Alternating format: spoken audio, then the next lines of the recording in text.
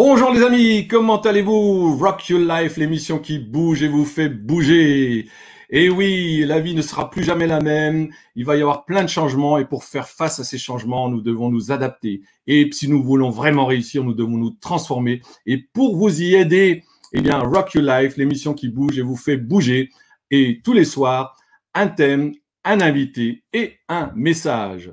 Alors, le thème de ce soir, c'est quoi la méthode Coué? Si vous la connaissez, vous allez en découvrir plus. Et si vous ne la connaissez pas, eh bien, vous allez savoir ce que c'est que cette fameuse méthode Coué. Eh bien, pour ça, un invité, un spécialiste. Il est à la fois auteur de 9 livres, il en a dont 6 spécifiques dédiés à Émile Coué, l'auteur de cette méthode Coué. Il est à la fois coach, formateur et conférencier. Il est dirigeant du cabinet Pygmalion Communication. Je vous prie d'accueillir Luc Tessier d'Orfeuille. Bonsoir Luc. Bonsoir Francis. Comment vas-tu? Écoute, ça va bien, je te remercie et bonsoir à tous. Et tu me demandes pas si moi je vais bien?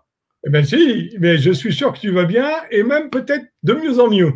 Ah oui, non, j'allais pas très bien au début, mais peut-être que maintenant je vais aller de mieux en mieux. Et je suis ravi que tu m'invites et je sais que c'est pas anodin aujourd'hui parce que 37e émission à 17h37. Oui, ah bien, merci Luc Hein? de faire cette remarque, effectivement. J'aime bien ce 37 et c'est effectivement 37e édition déjà, 37e live. Et alors, Luc, dis-nous, qui es-tu pour nous parler de ce sujet ou qu'est-ce qui t'a amené à ce sujet, la méthode Coué?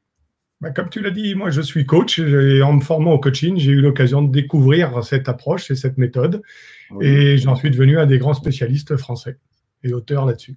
Oui, alors tu aurais pu t'intéresser à une autre méthode, mais pourquoi Coué, Émile Coué? En fait, je vais être rapide. Dans la formation que j'ai suivie au coaching, il nous avait été demandé de présenter ce qu'était pour nous le coaching. Et j'ai présenté quelque chose qui s'apparentait à du coué. Et c'est même pas moi qui l'ai vu, c'est un des stagiaires qui était présent, un de mes pairs, qui m'a dit, mais c'est drôle, ça fait penser à la méthode coué, est-ce que tu connais? Et j'ai dit oui, je connais, j'ai le bouquin à la maison. Et c'est là qu'il m'a dit, tu devrais le relire. Et je l'ai relu. Et ça a été une vraie révélation pour moi. D'accord, donc c'est assez surprenant, c'est que tu l'as lu et tu l'as relu, et quand on le relit quelque chose, on le regarde sous un autre angle. Oui, on le regarde sous un autre angle, et puis probablement ça n'avait pas résonné autant à la première lecture, et à la deuxième lecture, c'était une évidence que c'était au cœur de mes pratiques et quelque chose qui était important pour moi. Et puis j'ai découvert tout ce qu'il y avait autour de la méthode Coué et beaucoup plus de détails encore. D'accord, alors avant de découvrir ce qu'il y a autour, dis-nous d'abord ce que c'est cette fameuse méthode Coué. Alors, c'est la première grande méthode de développement personnel française et qui a été Oui, mise en place par un pharmacien qui s'appelle Émile. Donc, elle porte tout simplement le nom de son inventeur et de celui qui a mis ça en place. oui, d'accord, alors c'est cette méthode, mais c'est quoi, qu'est-ce qu'elle a de spécifique cette méthode? Alors, elle repose sur 2 postulats et sur quelques lois. Et pour faire vite, hein, le premier postulat, c'est de dire que toute pensée que nous avons en tête, elle devient réalité dans la limite du raisonnable. Coué, Émile Coué, il était pharmacien et en disant aux gens que le médicament qu'il leur donnait allait leur faire du bien, il se rendait bien compte qu'il y avait un impact et que si les gens acceptaient cette suggestion, ça va me faire du bien, ça leur faisait du bien. Donc le simple fait de croire qu'un médicament nous fait du bien va déjà nous apporter du bien. Oui, et c'est le principe même du placebo. Et Émile Coué était probablement le premier pharmacien d'officine à oser vendre des petites pilules de mie de pain, parce qu'il y avait les pilules du docteur Coué dans sa pharmacie. Le placebo, on en retrouve des traces depuis l'Antiquité. Montaigne en parlait, Pascal en parlait. Mais Coué est le pharmacien d'officine qui a lancé ça il y a un siècle environ. Donc c'était quelqu'un de pragmatique et qui a constaté que simplement une simple phrase ou simplement une suggestion faisait du bien aux gens. Donc sans forcément aller voir son pharmacien, cette suggestion, ces suggestions peuvent être utilisées tous les jours dans notre quotidien. Tout à fait. Et d'ailleurs, s'il a travaillé là-dessus, c'est qu'il s'est aussi intéressé à l'école de psychologie de Nancy, qui était Oui. l'école d'hypnose et de suggestion du docteur Bernheim Méliébeau.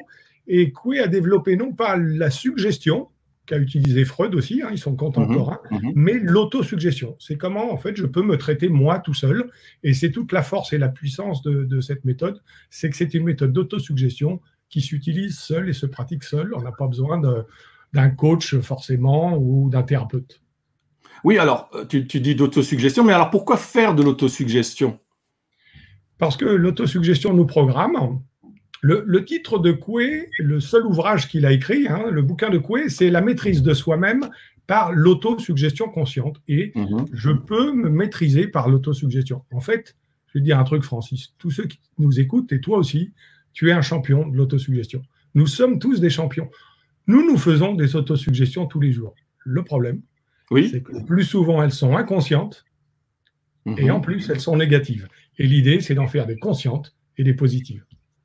D'accord, donc tu veux dire qu'on se fait de l'autosuggestion et la plupart des messages qu'on se donne à soi-même sont plutôt négatifs. Oui, je me lève en disant « Oh, je ne sais pas ce que j'ai ce matin, ça ne va pas le faire. » Et puis la période est assez anxiogène, on a des infos tous les jours qui nous disent que c'est la crise, qu'on ne va pas retrouver de boulot. Alors je peux continuer de me laisser suggérer ce genre de choses, et puis je peux rentrer dans cette spirale négative. Et je peux aussi décider d'avoir une spirale qui est positive et qui va m'entraîner vers le positif. On peut dire que c'est le père de l'optimisme intelligent. D'accord, alors on comprend d'être optimiste ou positif, d'utiliser un langage ou de se donner des suggestions positives, mais à quoi ça sert? Ça sert à se faire du bien. Hein. La maîtrise de soi-même par l'autosuggestion. Comment je me maîtrise? Et tu as trois formes d'autosuggestion. Tu peux faire de l'autosuggestion par le corps, tu peux faire de l'autosuggestion par l'image et tu peux faire de l'autosuggestion par les mots. Donc, il y a trois approches et ce qui est bien, c'est que ça permet à chacun de voir quelle est l'approche qui est la plus efficace pour lui. Alors, tu disais qu'il y a trois approches, mais je veux dire, la plupart des personnes, et même moi, je connaissais qu'une approche, c'était l'approche par les mots. Oui, c'est la plus connue et c'est comme ça souvent que d'ailleurs la méthode Coué est la plus moquée, mais il évoque les deux autres approches. Et c'est quoi l'autosuggestion? La définition la plus simple, c'est celle de Coué. L'autosuggestion, c'est s'implanter une idée en soi-même par soi-même. Je m'implante une idée en moi-même. Si tu veux bien, je te présente ces deux formes d'autosuggestion qui sont s'il te plaît. La visualisation et le corps. Le travail de visualisation, c'est une implantation d'une image en soi-même par soi-même. Alors, je peux m'implanter une image qui est agréable, une image qui est un paysage que j'aime bien, c'est l'image de fond d'écran de mon téléphone, et je suis sûr que tous ceux qui nous écoutent ont une image agréable sur leur fond d'écran, et quand je la regarde, elle me fait du bien. Donc, en regardant cette image, et grâce à l'image, qui est le vecteur, je m'implante quelque chose d'agréable, une idée en moi-même par moi-même, qui peut être de la joie, du plaisir, de la sérénité, du calme. Je peux aussi m'implanter une image de moi en train de faire quelque chose. J'ai une communication, nous sommes tous les deux conférenciers, je me vois en train de faire une conférence brillante, je me vois en train de faire un entretien d'embauche qui se passe bien, donc je me projette comme le sportif de haut niveau qui utilise la méthode Coué. Moi, c'est le terme que je vais utiliser, il pourra utiliser d'autres termes, et la visualisation est un des mots connus, mais Coué parlait de ça. Tu peux te faire aussi de l'autosuggestion par le corps.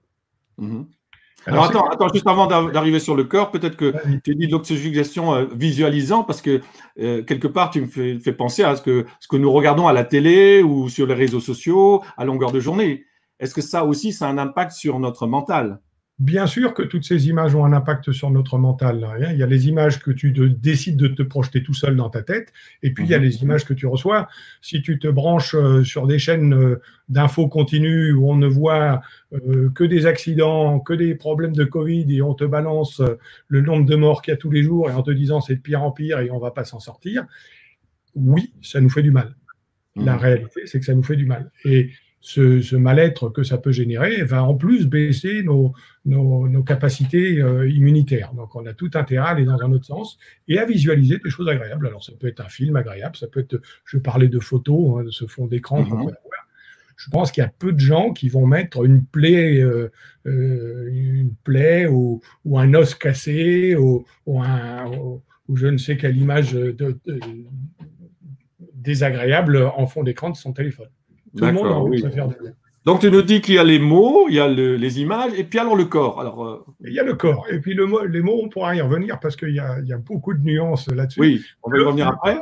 C'est comment je m'implante une idée en moi-même par moi-même. Si j'ai travaillé et je travaille encore dans une des structures avec des comédiens professionnels, le comédien, il fait comme si. Voilà, si je fais comme si tout d'un coup, j'étais pas bien. Et je commence comme ça à voir mon visage qui est proche de celui des larmes, je vais finir par implanter la tristesse en moi-même. Alors que si tout d'un coup je me mets à sourire Si je commence à te regarder avec ton œil pétillant, puis je commence à rigoler avec toi, eh bien forcément, ça va me faire du bien. Si je me redresse, je ne vis pas la même chose que si je me courbe. Je fais. Bon, du coup, je vais me redresser là. Voilà. Et tu vois, la manière dont nous positionnons notre corps va résonner et ça va nous implanter quelque chose en nous-mêmes, par nous-mêmes. Hein, toujours cette histoire d'autosuggestion. Je ne vis pas la même chose. Si par exemple, tu prends ton poing, là, tu serres, tu fronces les sourcils, tu te mets à taper sur ton bureau, ben, petit à petit, tu vas voir que tu fais monter la colère. Tu vas implanter la colère en toi-même par toi-même. C'est comme ça que va démarrer la colère d'un comédien. Hein, il va faire comme si, puis ça finit par être vrai. D'accord, tu as dit quelque chose de très juste au début, c'est devenir conscient de finalement que notre corps a un impact, les mots et les images. Et donc, le premier mot, c'est cette notion de conscience, d'être conscient. Mais après, tu as dit que tu voulais revenir sur ces mots. Oui, revenir sur les mots. Par rapport à ce que tu viens de dire, l'image va générer le corps. Hein. Si je suis face à des images épouvantables et ces chaînes d'infos continues, je commence à froncer et donc je commence à entretenir un stress, une tension, une mélancolique. Alors que une mélancolie, si je regarde quelque chose d'agréable, je souris et ça me fait physiologiquement du bien. Et on sait que c'est physiologiquement, je me fais ma dose, dopamine, ocytocine, sérotonine. Et il me manque une quatrième. Voilà. Endorphine. Et puis, les mots. Alors, les mots, c'est quels sont les mots que je me dis. Et je passe mon temps à me parler à moi-même, en me disant ça va bien se passer, ou au contraire, bon, c'est pas fait pour moi, je le sens pas, je vais me planter. Et tu imagines bien qu'un étudiant, là, on arrive dans la période des concours, un étudiant qui aborde son concours en se disant bon, de toute façon, je vais me planter, se donne beaucoup moins de chances de réussir que s'il l'aborde en se disant ça va bien se passer, j'ai bien bossé et ça va bien se passer. Voilà. Il se programme, il est en train de programmer son cerveau pour que ça se passe bien. Donc, c'est comment je me parle. Et Coué proposait une phrase qui est traduite dans toutes les langues, parce qu'il faut savoir que son bouquin, c'est le bouquin de développement personnel le plus vendu dans le monde, après le bouquin de Dale Carnegie. Donc, on a quand même une méthode française d'un pharmacien français qui est la plus vendue dans le monde, un succès d'édition incroyable. Et il proposait de se répéter cette phrase toute simple, et en même temps très puissante, tous les jours, à tout point de vue, je vais de mieux en mieux. Tous les jours, à tout point de vue, je vais de mieux en mieux. Voilà ce que Coué proposait de se répéter en disant, de toute façon, tu te dis des phrases négatives tous les jours, alors prends du temps dans ta vie, le matin, à midi et le soir, pour t'en dire des positives. Et une des propositions qu'il faisait, c'était de répéter cette phrase une vingtaine de fois de suite. Et quand je disais tout à l'heure, Francis, que nous faisons des autosuggestions. À chaque fois qu'on prend une décision dans sa vie, on fait des autosuggestions. Toute décision, elle est faite d'autosuggestion. Et je propose aux auditeurs et à tes auditeurs d'écouter cette décision que je pourrais prendre maintenant en se disant, bon, bah voilà, le confinement est passé et je prends la décision suivante. Il faut que je pense à essayer de ne plus fumer. Il faut que je pense à essayer de ne plus fumer. Je suis certain que les auditeurs, en entendant cette phrase, se disent qu'il n'est pas prêt de réussir cet objectif. Et on peut se poser la question, pourquoi ? C'est ça, j'allais poser la question. Eh bien, dans cette phrase, Francis, je vais la répéter. Il faut que je pense à essayer de ne plus fumer. Il y a 4 erreurs. 4 erreurs, et ça serait intéressant de voir si les auditeurs sont capables de noter, si tu vois ça dans les posts, si les gens sont capables de noter quelles sont les erreurs.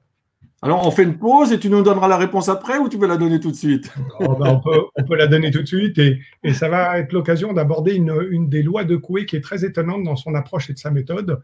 Coué nous dit que contrairement à ce qui nous est enseigné, ce n'est pas la volonté qui nous fait agir, mais l'imagination. Et en plus, la volonté peut être contre-productive, c'est-à-dire que plus je vais dire « je veux », et moins je vais y arriver.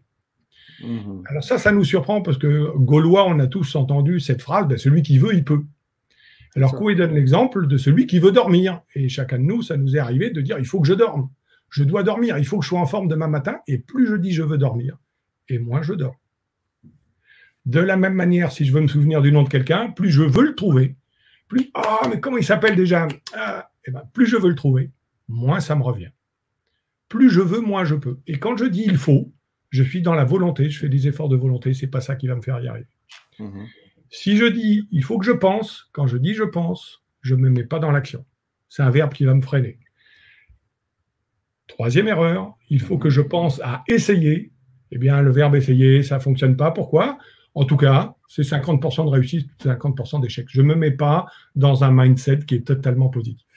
Et puis, la dernière erreur, ne plus fumer, ne pas, le cerveau n'entend pas l'ordre négatif. Si je dis ne pensez pas à Mickey, forcément, vous allez penser à Mickey. À Disneyland. Et à Disneyland, à la musique, à Minnie, à Dingo, voilà. Et tu vas faire toutes les associations que tu voudras faire, ou à d'autres films, et des plus jeunes peut-être à la Reine des Neiges, ou que sais-je. Et le simple fait que j'ai mis le mot t'entraîne, hein, et c'est ton imagination. Alors, Coué parlait de volonté et d'imagination. Le parallèle qu'on peut faire, et c'est ce que faisait l'école de Nancy, c'était le conscient et l'inconscient. Et c'est comment je nourris mon inconscient de manière positive. Voilà, c'est ça la base de la méthode Coué. D'accord. Alors, tu as écrit au moins 6 livres sur ce sujet-là. Et peut-être que tu peux nous présenter le livre qu'on devrait lire. Je vais présenter le dernier. Dans les 6 livres, il y en a qui sont des rééditions de Coué un petit peu élargies avec des conseils supplémentaires. Et puis, il y a celui-là qui est le tout dernier chez Le Duc, qui est ma Bible de la méthode Coué, qui est très riche, qui est très complet. Et alors, c'est un pavé, hein, mais qui a l'avantage, c'est que sur tout ce que nous dit Coué, je reprends des expériences qui sont faites aujourd'hui en neurosciences, avec des témoignages, avec des spécialistes, médecins, neuroscientifiques, qui corroborent tout ce que disait Émile Coué à l'époque. Qui faisait ça de point de vue empirique et de point de vue intuitif. Totalement empirique, totalement empirique. C'était il y a un siècle, hein, et c'était même étonnant parce que il y a un siècle, et c'est pour ça qu'il a été attaqué d'ailleurs par les médecins à l'époque, et que cette phrase méthode Coué, elle a tendance à être prise de manière ironique. En France, il fait preuve de méthode Coué parce qu'il a été très attaqué. Il s'est permis de dire il y a un siècle que dans toute maladie, il y avait 2 maladies, la réelle et la psychologique, et que si on arrivait à guérir la partie psychologique, on pourrait guérir l'autre. Et il a travaillé sur les troubles post-traumatiques après la Première Guerre. Il a obtenu des résultats incroyables, ce qui a agacé beaucoup les médecins qui ont voulu lui faire un procès pour exercice illégal de la médecine. D'accord. Alors, il est mort il y a presque un siècle, hein, puisqu'il est mort en 1926. Et Exactement. alors, tu sais que dans mon émission, il y a toujours le regard du coach. Et avant que nous ayons le regard du coach, un dernier message que tu as envie de faire passer? On va aller découvrir davantage encore la méthode Coué et surtout appliquez-la, et vous verrez, vous allez avoir l'occasion les uns les autres d'aller tous les jours, à tout point de vue, de mieux en mieux. Eh bien, merci pour ce conseil. Et nous allons écouter le regard du coach, le conseil du coach, le regard du coach.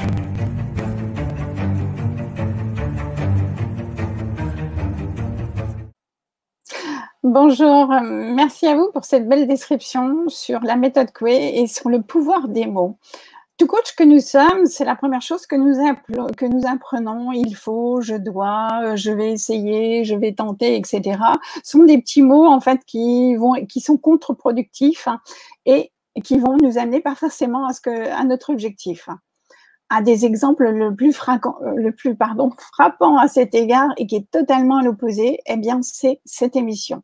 Je voulais faire un parallèle entre cette émission et en fait ce qui se passe actuellement. Lorsque Francis m'a proposé d'être le regard du coach, hein, il ne m'a pas dit Christine, tu vas essayer, Christine, ça devrait le faire, ou on devrait pouvoir, etc. Il a simplement dit voilà, le regard du coach. Et on est parti. Et quand on regarde la progression de l'émission et où on en était à cette époque-là et où on en est maintenant, eh bien, c'est là qu'on peut prendre conscience du pouvoir des mots et du pouvoir de l'intention. Donc, cette émission en est l'exemple. Mais je voudrais aussi, je pense à tous les détracteurs qui se disent « Ah oui, mais bon, c'est pas parce que je pense positif que forcément ça va m'arriver. » Donc, je pense à l'exemple de la place de parking. Combien nous disent « Ah ben oui, moi si je pense que je vais trouver une place de parking, je trouve une place de parking. » Ok, d'accord. Moi aussi je pense que je vais trouver une place de parking. D'ailleurs, je ne pense même pas, j'y vais sans penser que je vais en trouver une ou je ne vais pas en trouver. Je ne mets pas d'intention derrière cette place de parking. Et eh bien, si j'en trouve, c'est tant mieux et je suis contente. Et si je n'en trouve pas, eh bien, c'est la même chose. Je suis contente également. Donc, le pouvoir des mots est important, le pouvoir de la pensée est important aussi, mais il y a quelque chose parfois, certains nous disent oui, mais moi j'ai beau penser positif, j'ai beau réfléchir positif, hein, tous les jours je suis positive et puis en fait il m'arrive que des merdes. Ben, je suis désolée, non, il vous arrive pas que des merdes. La vie elle est remplie de hauts et de bas. La seule chose qui les différencie, c'est que est-ce que je retiens ce qui m'arrive de négatif ou est-ce que je retiens ce qui m'arrive de positif, hein. D'où cette relation avec la pensée. Donc d'Emile Coué. Si je commence par retenir aussi le positif, je parle positif, je retiens le positif et je chasse le négatif, j'ai plus de chances d'y arriver. Et le dernier point auquel je voulais faire allusion, c'est en fait la relation entre la tête, le cœur, le corps et l'esprit. Moi, je parle toujours des 4 axes, tête, cœur, corps, esprit. Si je parle et que je dis je veux y arriver, mais que ma tête est à l'encontre de je veux y arriver ou que j'y crois, ça ne peut pas se faire. Donc, il faut qu'il y ait ce qu'on appelle l'alignement. Désolée pour faire cette petite leçon de coaching, mais parfois c'est important de voir que si l'axe il est totalement droit, que je suis ce qu'on appelle alignée entre mes pensées, mes actes, mes paroles et ce que je fais, eh bien que ça change totalement les choses. Sinon, eh bien c'est ce petit lutin qui va arriver et qui va me dire en fait, c'est la pensée inconsciente, hein, parce que comme j'ai pas travaillé sur la pensée inconsciente, je ne maîtrise pas à ce moment-là celui qui va arriver et qui va me faire l'envers de ce à quoi je m'étais préparée depuis le matin, à savoir une pensée positive. Merci à vous pour votre écoute. Merci Christine, le regard du coach. Voilà, Luc, qu'as-tu envie de dire sur les commentaires du coach Christine? Merci beaucoup Christine. Je vais revenir sur un des exemples que donne Christine que j'aime beaucoup. Nous ne supportons pas d'avoir tort.